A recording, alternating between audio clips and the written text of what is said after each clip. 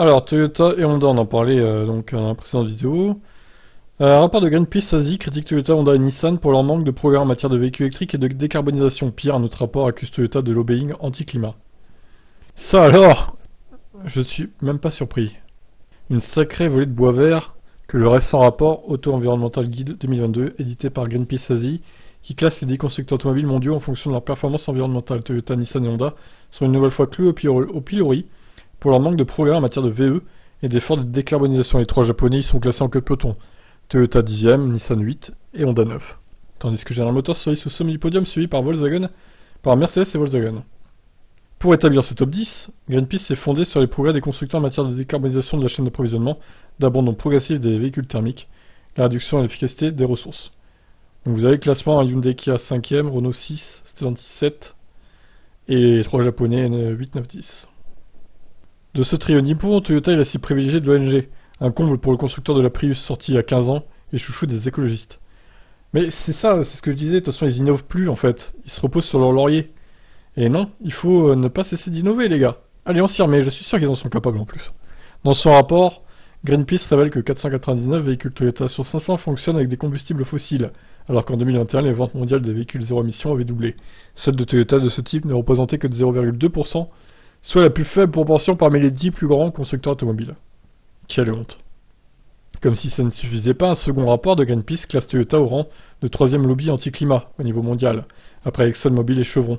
Le constructeur y est accusé de faire pression contre les normes anti-pollution des véhicules thermiques et de ralentir l'adoption des véhicules électriques.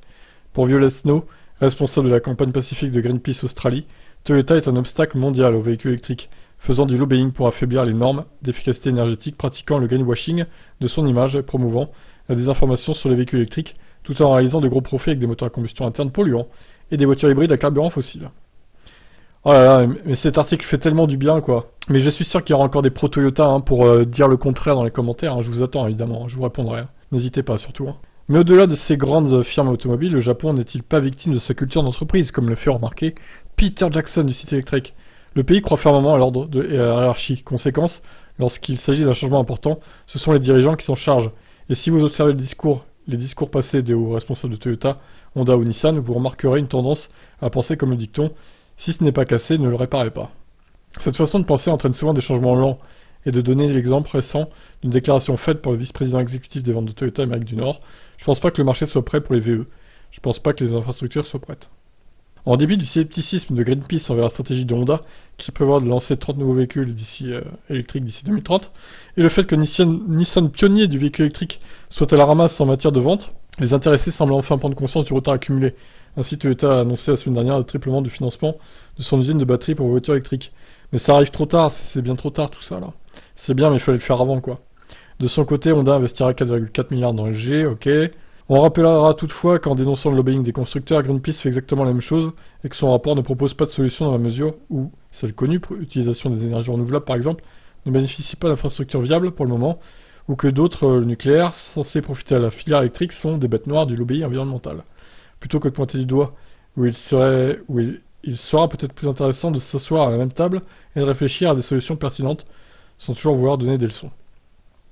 Non, mais ils ont raison de pointer du doigt, moi je les soutiens. Alors oui, effectivement, ils sont anti-nucléaires, ça je comprends pas trop, mais bon. Après, voilà, c'est leur défaut à Greenpeace, je dirais.